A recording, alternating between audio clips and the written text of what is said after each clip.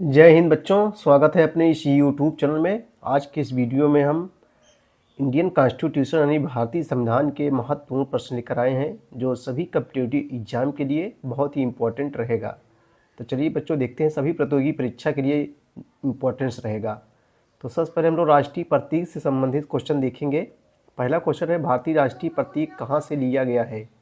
भारतीय राष्ट्रीय प्रतीक कहाँ से लिया गया है? तो बच्चों यहाँ सही जवाब ये हो जाएगा, सारनाथ स्थित अशोक स्तंभ से लिया गया है। सारनाथ कहाँ है? वाराणसी में है। वाराणसी कहाँ है बच्चों? उत्तर प्रदेश में है। तो भारतीय राष्ट्रीय प्रतीक कहाँ से लिया गया है? सारनाथ स्थित अशोक स्तंभ से लिया गया है। सत्यमेव जयते कहाँ से लिया गया है बच्चों? अगला क्वेश्चन बहुत ही इंपॉर्टेंट क्वेश्चन है, सत्यमेव जयते कहाँ से लिया गया है? तो सत्यमेव जयते जो है मुंडोक उपनिषद से लिया गया है। सही जवाब ये हो जाएगा, सत्य की विजय होती है। सत्यमेव जयते में क्या होता है? सत्य की हमेशा विजय होती है। तो सत्यमेव जयते कहाँ से लिया गया है दोस्तों? मुंडोक उपनिषद से लिया गया है। राष्ट्रीय प्रतीक में सिंहों की संख्या कितनी है? राष्ट्रीय प्रतीक में सिंहों की संख्या कितनी है? तो 4 है। सिंह हमारे शेर। राष्ट्रीय प्रतीक में सिंहों की संख्या जो है 4 है। हमारे राष्ट्रीय प्रतीक पर जो है अंकित हाथी, घोड़े एवं सांड आदि पशुओं का संबंध किसके जीवन से संबंधित है? महावीर, स्वामी अशोक, कनिष्क, महात्मा बुद्ध है। तो सही जवाब दोस्तों जो है बी हो जाएगा, महात्मा बुद्ध है। ठीक है भैया। भारत का राष्ट्रीय पशु कौन सा है? बहुत सरला क्वेश्चन, हाथी, शेर, बाघ, बैल। तो बच्चों आपको बताना है, सही जवाब क्या हो जाएगा? सी हो जाएगा, बाघ हो जाएगा। देखो बहुत सरला क्वेश्चन है, लेकिन कभी कभी सारे क्वेश्चन गलत हो जाते हैं। भारत का राष्ट्रीय पशु जो है कौन सा है? बाघ है। भारत का राष्ट्रीय फूल दोस्तों क्या है? आपको बताना है, गुलाब, कमल, सूरजमुखी, चंपा। तो 56 का सही जवाब क्या है? बी हो जाएगा, कमल। भारत का राष्ट्रीय फूल क्या है? कमल है। ठीक है भैया। चलिए अब राष्ट्रीय ध्वज से संबंधित हम लोग क्वेश्चन देखेंगे। संविधान सभा द्वारा भारतीय ध्वज को कब मान्यता दी गई थी? देखो 4 ऑप्शन आपके सामने दिए गए हैं, आपको इसमें बताना है सही जवाब क्या हो जाएगा। तो बच्चों सी हो जाएगा, 22 जुलाई 1947 ईस्वी को संविधान सभा द्वारा भारतीय राष्ट्रीय ध्वज को कब मान्यता दी गई थी? 22 जुलाई 1947 ईस्वी को। राष्ट्रीय ध्वज में क्रमानुसार ऊपर से नीचे की ओर रंग है। आपको ऊपर से नीचे की ओर रंग बताना है कौन सा है। तो सही जवाब बच्चों क्या हो जाएगा? 58 का बी हो जाएगा, हरा सफ़ेद केसरिया। सही जवाब यहाँ जो है बी हो जाएगा, हरा सफ़ेद केसरिया। राष्ट्रीय ध्वज में लंबाई और चौड़ाई का अनुपात कितना होता है? राष्ट्रीय ध्वज में लंबाई और चौड़ाई का अनुपात, देखो सब क्वेश्चन बहुत पूछे जाते हैं, अधिकतर बच्चे जो है इन सब क्वेश्चनों को जो है गलत कर देते हैं। तो दोस्तों सही जवाब 3:2 हो जाएगा। राष्ट्रीय ध्वज में लंबाई और चौड़ाई का जो अनुपात होता है 3:2 के अनुपात में होता है। तिरंगे को राष्ट्रीय ध्वज के रूप में किस अधिवेशन में अपनाया गया? तिरंगे को राष्ट्रीय ध्वज के रूप में किस अधिवेशन में अपनाया गया? आपको बताना है। 60 का सही जवाब बच्चों क्या हो जाएगा? बी हो जाएगा, लाहौर अधिवेशन में। तिरंगे को राष्ट्रीय ध्वज के रूप में किस अधिवेशन में अपनाया गया? तो लाहौर अधिवेशन में जो है अपनाया गया।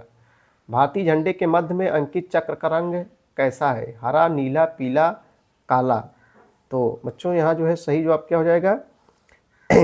बी हो जाएगा, नीला। भारतीय झंडे के मध्य में यानी बीच में अंकित चक्र का रंग कैसा है? तो नीला है। राष्ट्रीय ध्वज में सफ़ेद रंग किसका प्रतीक है? शांति, वीरता, त्याग, अहिंसा। तो सही जवाब क्या हो जाएगा दोस्तों? शांति का प्रतीक है। सफ़ेद रंग जो है किसका प्रतीक है? शांति का प्रतीक है। ठीक है भैया, इसीलिए नेता लोग जो है हमेशा सफ़ेद पहनते हैं, सफ़ेद कपड़ा।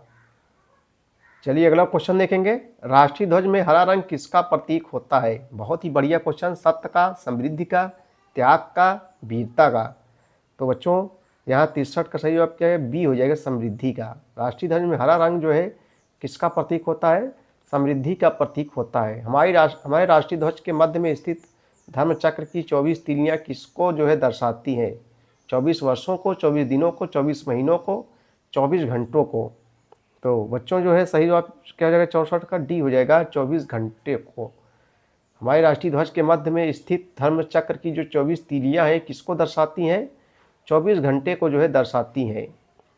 राष्ट्रीय गीत जो है, राष्ट्रीय गीत सर्वप्रथम गाया गया था किस अधिवेशन में? देखो 4 ऑप्शन आपके सामने राष्ट्रीय गीत संबंधित हम लोग अब क्वेश्चन की चर्चा करेंगे। तो बच्चों सही जवाब ये हो जाएगा 1896 कांग्रेस अधिवेशन में।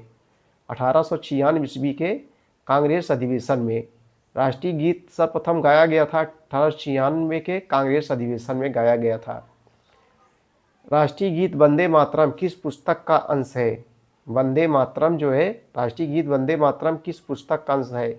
आनंद मठ, गीतांजलि, कमानी, सत्तात प्रकाश। तो 66 का सही जवाब बच्चों ये हो जाएगा आनंद मठ। राष्ट्रीय गीत वंदे मातरम किसने लिखा है? बंकिम चंद्र चटर्जी ने लिखा है।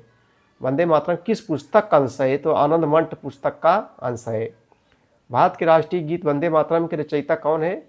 तो बंकिम चंद्र चट्टोपाध्याय। सही जवाब बच्चों जो यहाँ डी हो जाएगा।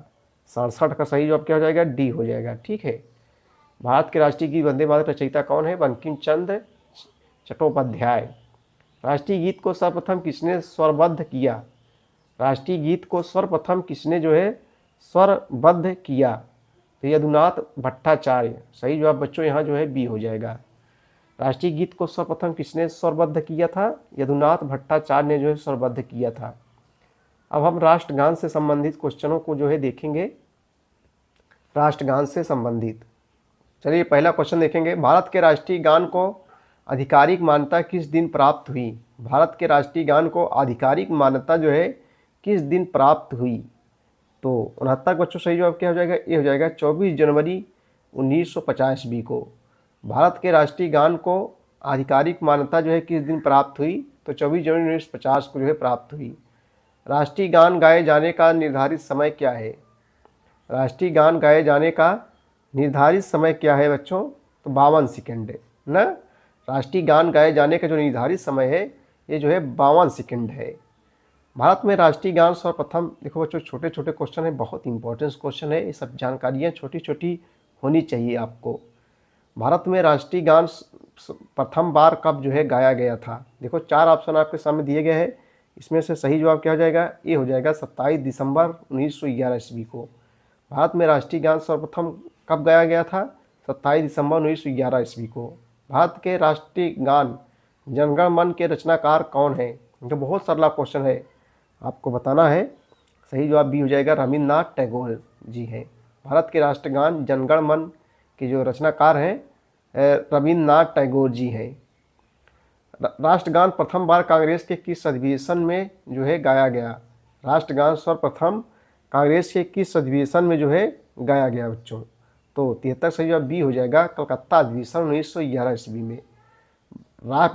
राष्ट्रीय गान प्रथम बार कांग्रेस के किस अधिवेशन में गाया गया? तो कलकत्ता अधिवेशन 1911 ईस्वी में गाया गया। चलिए अगला क्वेश्चन देखेंगे। राष्ट्रीय पंचांग से संबंधित शक संवत पर आधारित भारत का राष्ट्रीय पंचांग कब अपनाया गया? शक संवत पर आधारित भारत का राष्ट्रीय पंचांग कब अपनाया गया? तो 22 मार्च 1957 ईस्वी को। सही जवाब बच्चों ए हो जाएगा। ठीक है, 74 का ए हो जाएगा। भारतीय पंचांग का प्रथम माह कौन सा है? फागुन, चैत, बैसाख, माघ। भारतीय पंचांग का प्रथम माह जो है कौन सा है आपको बताना है। तो 75 सही है बच्चों, बी हो जाएगा, चैत हो जाएगा। भारतीय पंचांग का प्रथम महीना कौन सा है? चैत है। भारतीय पंचांग का अंतिम माह जो है कौन सा है? चैत, बैसाख, पौष, फागुन, माघ। तो 76 का सही जवाब बच्चों जो है क्या हो जाएगा? सी हो जाएगा, फागुन हो जाएगा। भारतीय पंचांग का अंतिम महीना कौन सा है? फागुन है। चलो अब लोग राजकीय पशु और पक्षी से संबंधित तो देखेंगे। देखो उत्तर प्रदेश संबंधित है। उत्तर प्रदेश का राजकीय पशु क्या है बच्चों? शेर, चीता, बारहसिंघा, बैल। आपको बताना है। सही जवाब जो है क्या हो जाएगा? सी हो जाएगा, बारहसिंघा। भारत उत्तर प्रदेश का राजकीय जो राज्य से संबंधित होता है और राष्ट्रीय जो है देश से संबंधित होता है। यहाँ उत्तर प्रदेश का मतलब राजकीय पशु बारहसिंघा है। मध्य प्रदेश का राजकीय पक्षी बच्चों कौन सा है? मोर, हुंगुल, दूधराज, कबूतर। देखो यहाँ मध्य प्रदेश को आपको बताना है। सही जवाब सी हो जाएगा, दूधराज। मध्य प्रदेश का राजकीय पक्षी कौन सा है? दूधराज है। उत्तर प्रदेश का राजकीय पक्षी कौन सा है? सारस, हरियाल, काला तीतर, हंस है। तो 79 के बच्चों सही जवाब क्या हो जाएगा? सी हो जाएगा, सारस। मध्य प्रदेश का राजकीय पशु कौन सा है? बारहसिंघा, बाघ, हंगुल, दूधराज। तो 80 का सही जवाब क्या हो जाएगा? ये हो जाएगा, बारहसिंघा। अब हम लोग भाषा संबंधी क्वेश्चन देखेंगे। भारतीय संविधान की 8वीं सूची में कितनी भाषाओं को मान्यता दी गई है? तो बच्चों 22 भाषाओं की जो है मान्यता दी गई है।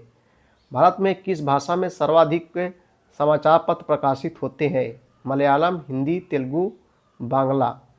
तो 82 का बच्चों सही जवाब क्या हो जाएगा?